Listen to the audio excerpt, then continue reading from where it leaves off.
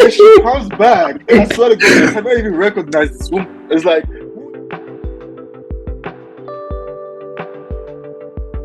so, Mr. BEMBOLI MOZAGBA.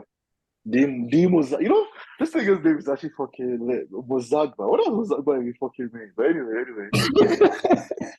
Episode 2, DD.Pod.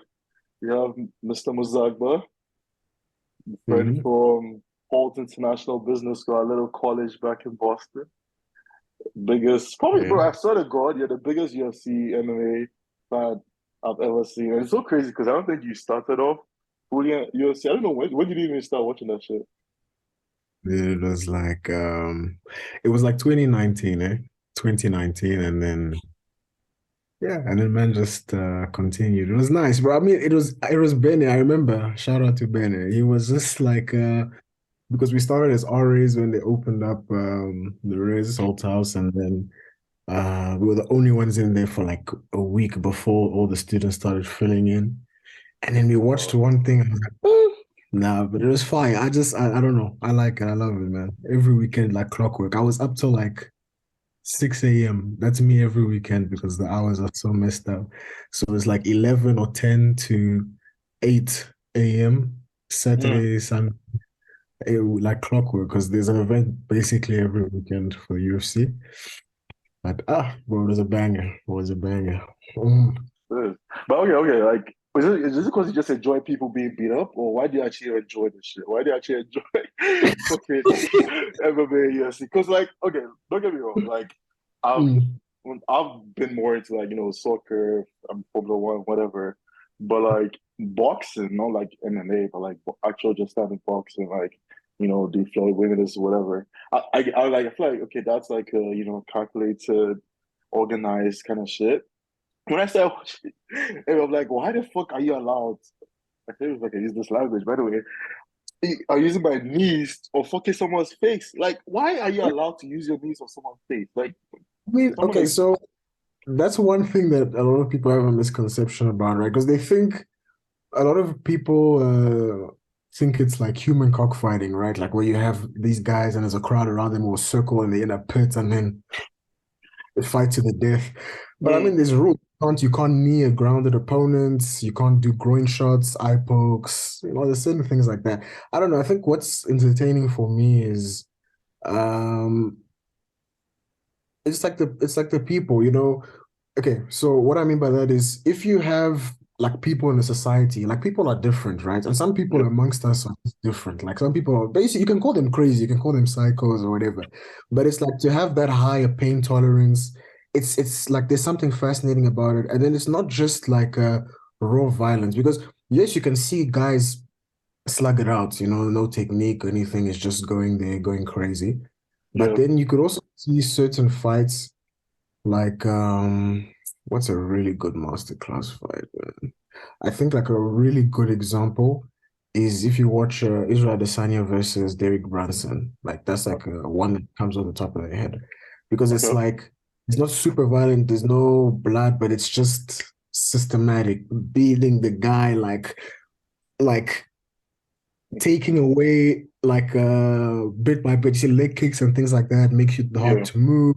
Then you start going up top to the head, to the body. When you hit someone to the body, you're taking air out of their lungs, so you're gassing them out. It's stuff like that, right? It's like there's some method to the madness. If you really watch, there's a lot of method to the madness. A lot of people, if you just like in passing, you're like looking at it, yeah, you'll think, yo, Mm. they're like beating up this other guy, is beating the hell out of him until the ref pulls him off, or there's a submission, guy taps, or I don't know, some other funny finish. But I don't know. I enjoy it. I enjoy it, man. It's a banger. I like It's the fact that you're smiling, say all this shit, bro. Just look at your face. This nigga is like, he's actually creasy. He's like, yeah, like beat him, take out lugs. I'm like, damn, bro.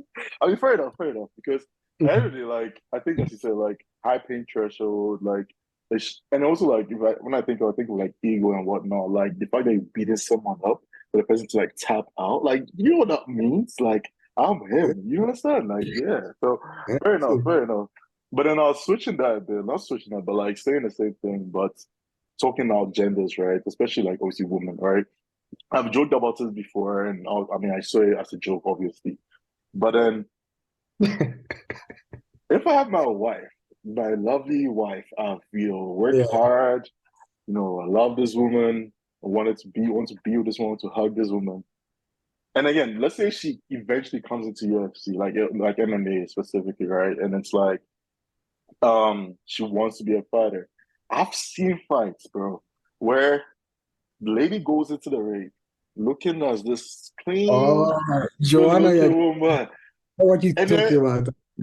and she comes back, and I swear to God, I cannot even recognize this woman. It's like, who is Yeah. this? Imagine your kids look at that. Like, it obviously goes for men as well, don't get me wrong. But it's just like, I feel like for women, especially, their looks are more important than to a guy. Like, a guy, his looks matter, but like, yes, other things. And like, for women, obviously, looks are very important. So, like, first of all, your take on like women at UFC in general, and then, bro, if your wife wants to do that, yeah, you joining her, or what do you say? Hey. No, obviously, Okay. don't try to get canceled, bro. Obviously, don't try to get canceled over here. But just make sure you be honest. Yeah, That's all.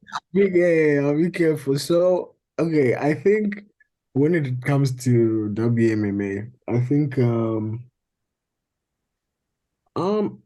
okay, in general, when it comes to the choice to be able to fight or not, man or woman, I think yeah, if you want to do it, if that's something you feel you're skilled at, and people around you have told you that you're good at it, you enjoy it,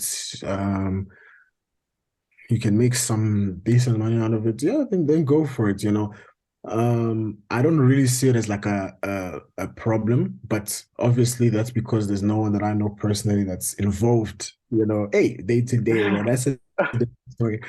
But to the second question, if I had like I don't know, my girlfriend or wife, daughter, uh doing Daughter is it. crazy. Don't even say daughter, bro. Yeah, I didn't even think about that. That's wild. Like, Okay, imagine watching someone beat up your daughter. Oh God! All right, go ahead, I th man. I think I think like anything, it's about like the person. I don't know. I think you're probably expecting me to be like, what? And most people would be like, nah, I would never let my daughter or whatever. But I think there's certain people. Okay, so like a great example. I don't know if of this is an example in like a women's MMA, so I'm going to use a men's example. There's a guy called Dustin Poirier in the lightweight division. This guy, he used to essentially get into a lot of these fighters they do, but he used to get into a lot of fights when he was Mm, young, like just normally. And there's people who are like that. It's what I was alluding to at the beginning of the pod, because like there's certain people they just have this proclivity towards violence or mm, towards uh, aggression, and I don't want to say that that's like a normal thing, but I think that there's people who have more of that proclivity. So if they don't have an outlet like mixed martial arts, like boxing, Brazilian jiu-jitsu, wrestling, taekwondo, Muay Thai, the list goes on, karate, um, especially when it becomes competitive. Because if you're just going to karate and you're practicing your kata, oh, punch, punch, hey, punch, punch, it's practice. It's something. It's taking you out of like a bad environment which he was raised in. He's from like Louisiana, like tough neighborhood, all these things. But then it gives you like a way that you can channel that aggression into a sanctioned form of fighting. You have a referee, you have a commission that has rules around what you can do, what you can't do, yeah. and people who otherwise would end up in jail for some crazy violent crime, or dead, or I don't know, potentially overdosed or doing drugs in some ways. Just these people who are outside of society because of how they are. Because there's certain people who are born a particular way. They have a certain Mm, proclivity to certain, just like other people have for other things.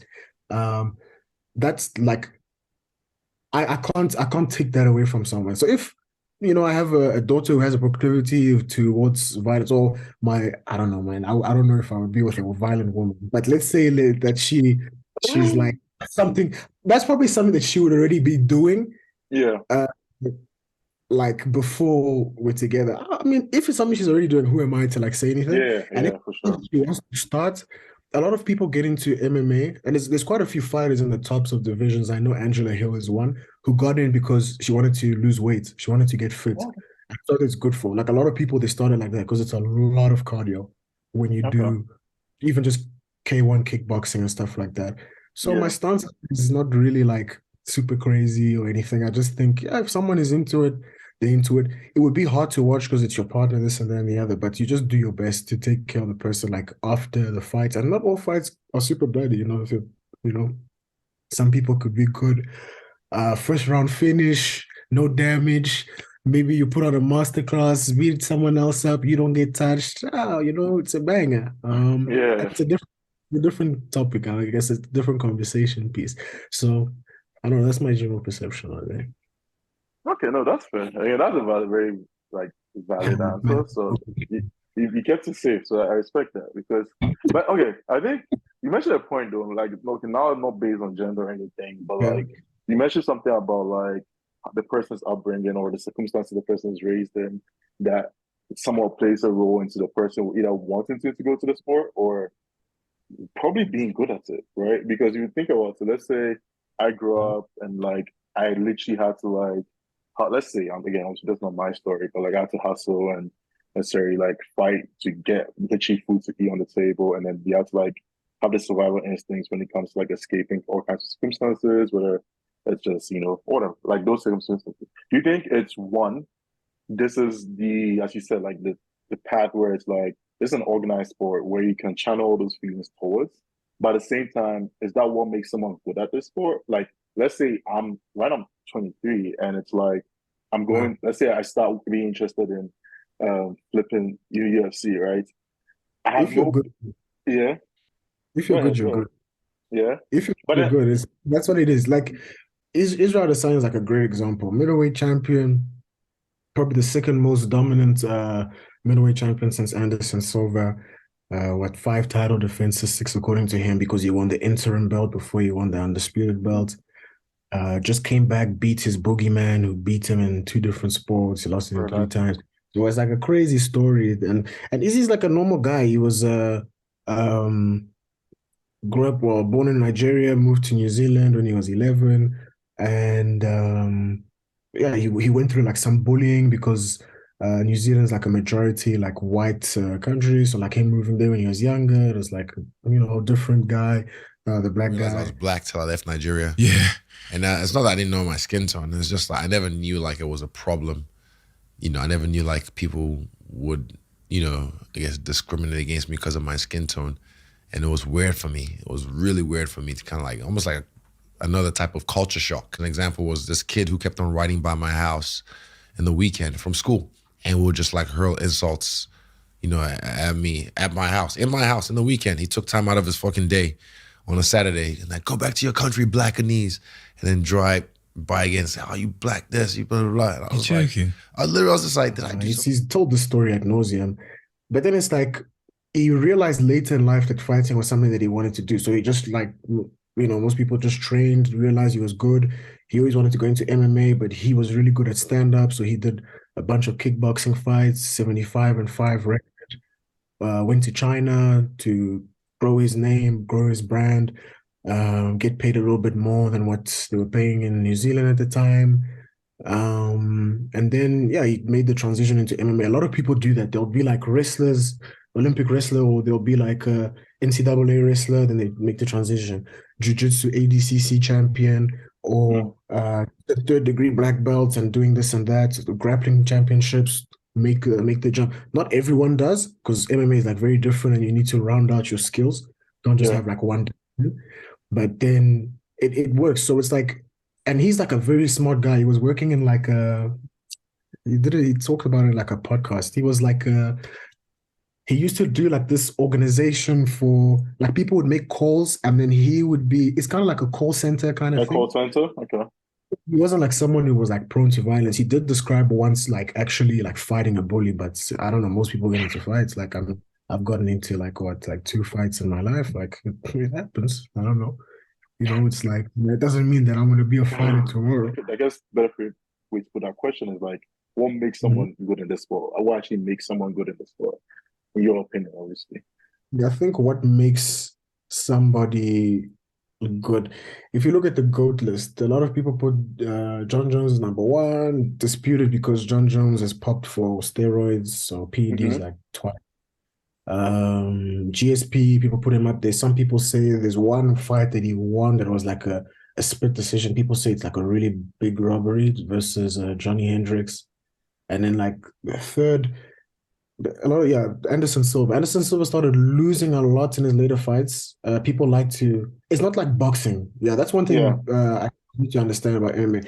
In boxing, you see the reason why fights like Davis Garcia are so big is because the guys at the top would never fight each other. It's always like a guy at the top Yeah. versus like a significantly lower down because people want to pad the record, keep the O, and stay undefeated, stuff like that. Yeah, I mean, obviously that stuff is great in UFC, but like almost no one leaves undefeated. The only person who's come through the UFC and left undefeated is Khabib Nurmagomedov. Like, Yeah. you know, and a lot of people also say that he retired early because after his father passed away from COVID, his mom wanted him to live. So to answer your question, it's like, what makes a good fighter? John Jones, GSP, and Anderson Silva, they're all well-rounded. I think that's one thing. But you don't need to be so well-rounded in the sense, well-rounded, actually, let me explain what that means. Well-rounded means having good striking, having good grappling ability, and then good. So wrestling falls into grappling, but the ability to fight against the fence or to defend well, defend either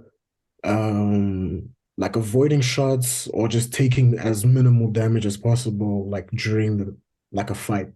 Yeah.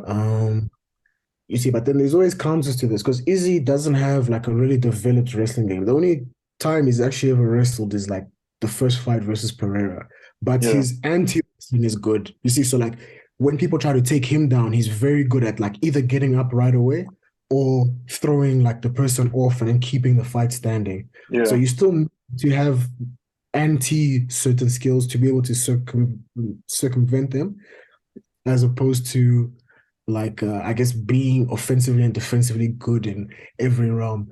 So yeah, I think one is high IQ. All three guys that I mentioned are high IQ. John Jones, GSP. So fight IQ using distance.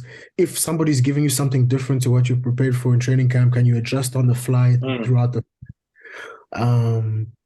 yeah, being as well rounded as possible. And then I think just having a different style. I think how do I say? You see, John Jones, he's got the longest reach currently in the UFC. I think it's like 84-inch reach. So he always uses reach to his advantage. He's like 6'4", his arms are super long. And he always keeps the fight at a distance. So it's hard for people to get in on him. He's got long limbs. The reason why his nickname is Bones is because when he throws elbows, he's slicing people because he's so like skinny. Stuff like that. You know, GSP, he started doing Kyokushin karate. He's I think a second degree black belt, but then later in his career, he became super, super good at wrestling, you know, and that's his calling card. So it's like play to your strengths according to the era that you're in and the opponents that you're facing, not necessarily what your base is. Because striking, even though it's, I guess, more exciting for the casual fan and this and that, it does present risks. If you watched Leon Edwards, Kamaru Usman head kick, boom, after the guy was winning the entire fight, last minute of the Literally, fight, bro. the guy knocks him out, you see? But when you wrestle someone, they're like on the ground, you know, ground and pound, or you trying to work for a submission or something like that, it's significantly harder for someone to just pull out something from the fire like that. So yeah, well-roundedness, good IQ, playing to the strengths. I think that makes a good fighter. I think those are like the things that make a good fighter. But there's always exceptions, obviously. Yeah.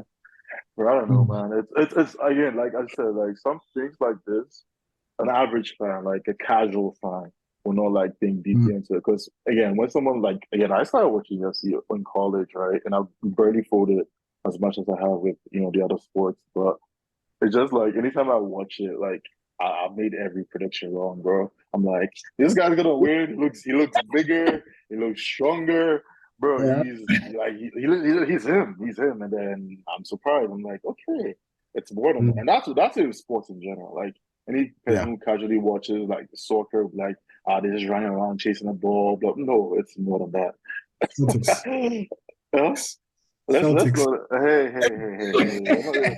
We are not doing any sports. Listen, it's going.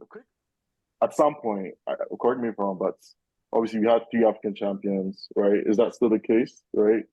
No, exactly. So 3 African champions at some point. We had Izzy, Israel Designer, Francis Ngannou, and then Kamaru Usman.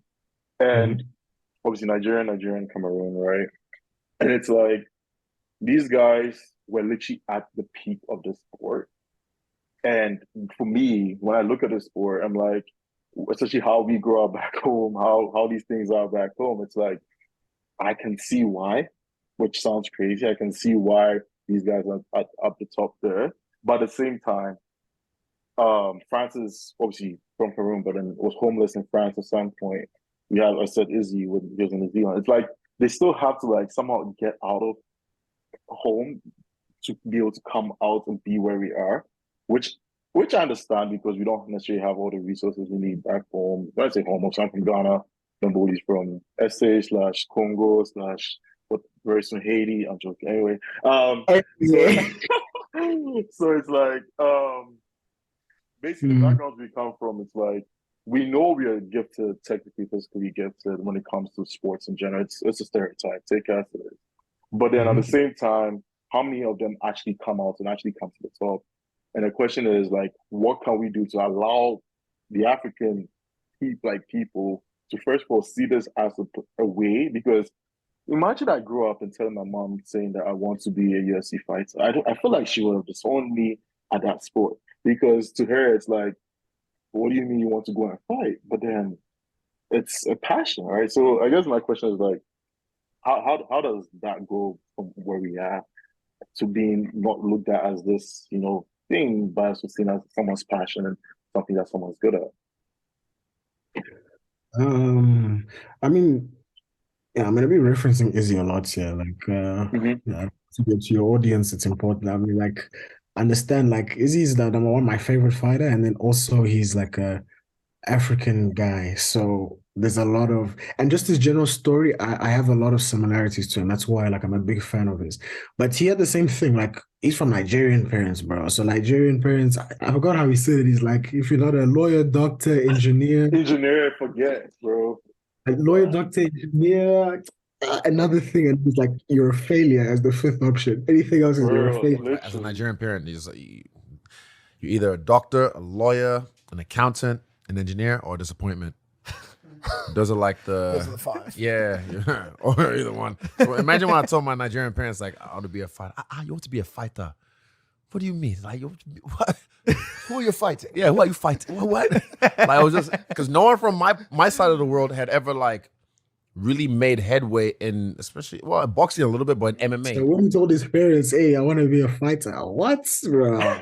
It must be a crazy thing, But kudos to him, it's a tough thing following your dreams, especially when it's something that's outside of what is considered conventional wisdom or the conventional choice for what people should do.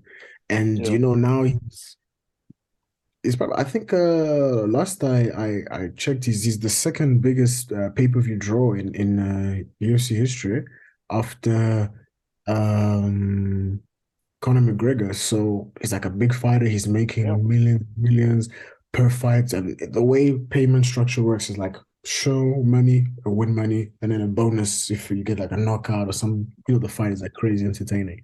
So it's like you need to, like anything, you need to believe in yourself.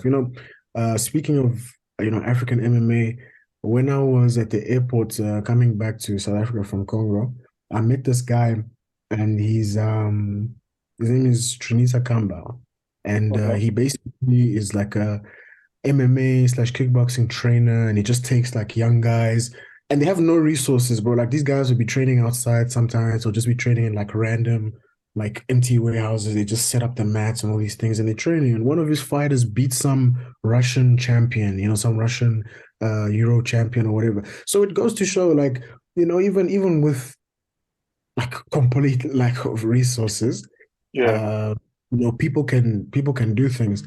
I think one challenge, especially for MMA, is like what we were discussing in the beginning, right? Where it's people are going to see it as barbarism or whatever the case may be. But hey, if you're able to change the perception around it, if people are able to make a living out of doing it, it's entertaining for a decent number of the population.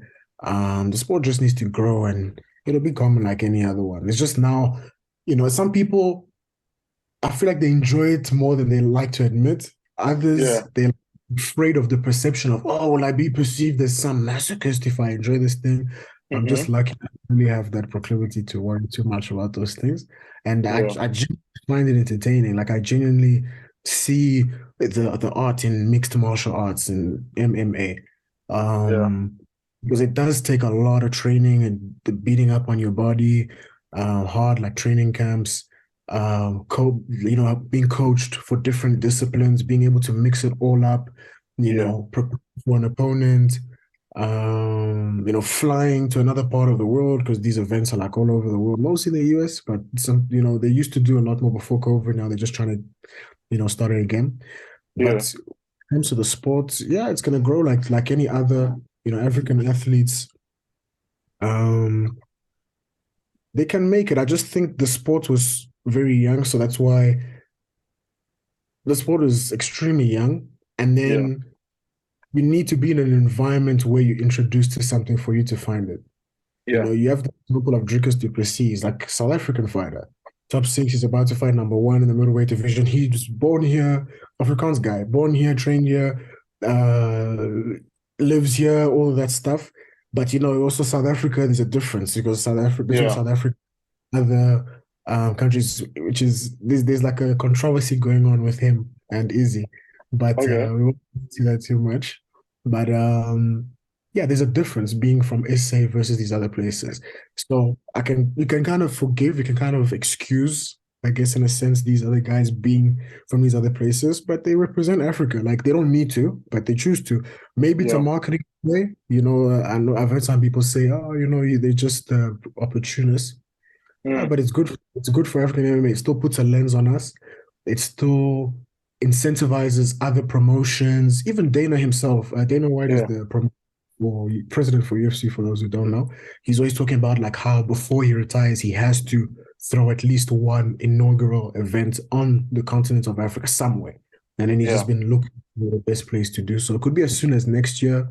Um, yeah, so the sport is growing, and yes, it is a sport. Some people think it's just like I don't know. There's a bunch of Sport is, people fighting. Yeah. Yeah. No, no, okay. I think that's legit, right? I think in general, in sports in general, like if it's not football or soccer, as it's called in the US, it's like it was not something you were naturally presented to. yeah, But now, like if I start with Formula One, like I posted the other day, like Lewis Hamilton is literally trying to push for a race back in South Africa. If I look at basketball, I'm looking at the obviously the BAL Basketball Africa League, which obviously Surge Show Sports is trying to get into. So shout out to that. And then obviously yeah, as I said, like FMA, White trying to push for a big event and so anyway. We're closing in on time, so I'm gonna wrap it up. But I think quick question I'm gonna throw in while because I said you did say Izzy's your biggest, your biggest fan. I think you're probably one of the biggest fans out there, to be honest. But anyway, what his I his stance as a whole, right? This guy comes into the ring, he's either playing Burner Boy, just dancing, like he's looking like he's having a good time, but I feel like over 50% of the audience just look at him and say, this guy's just arrogant. This guy's just arrogant. He's whatever. But I look at it as confidence, right? So that narrow line, which is something that's everywhere, not just in sports. But so you feel Izzy, like, is that something that you think he had to become? Or is that like that's his identity? Like obviously he's not faking these things, but just like he had to be this way because psychology, that's what helps him to go into a fight thinking he's already won. Is that how you have to be to win in this sport? for sure, bro. Like that's a short answer, bro. I think perception of arrogance is everywhere, dude. Yeah. Like even I had some of that, like in uni, dude. So Yeah. dude, people were like, "Oh, I don't like the way you walk." You see, because man is not, shit and looking. Yeah.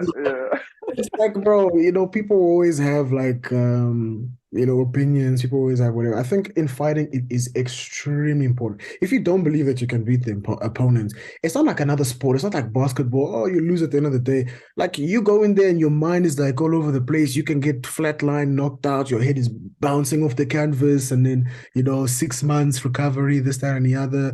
You're in a submission. Someone gets you in a arm triangle. They snap you by your elbow there. That's like a year recovery. It's like it's a different game. So you need to be Yeah, all in. And people will express that confidence in however they're going to express that confidence. Arrogance is arrogance is a weakness. It's like there's no point leaving it. Like you're just so untouchable. It yeah, always had for fighters who are like that. yeah. So yeah, if your confidence comes out as arrogance, yeah, so be it. That's the thing. So, That's the main yeah, yeah. Anyway, closing on time, bro. Jenny, appreciate you jumping on it, man. This man is in Joburg right now. Yeah, it's thing. so South Africa, bro. Yeah, like literally, bro. When you give me the time for this thing, and I said, Jesus Christ, I have to be up at this time because I'm in Salt Lake City, bro. It's 7 a.m. out here. It's 3:37 for you, bro. That's wild.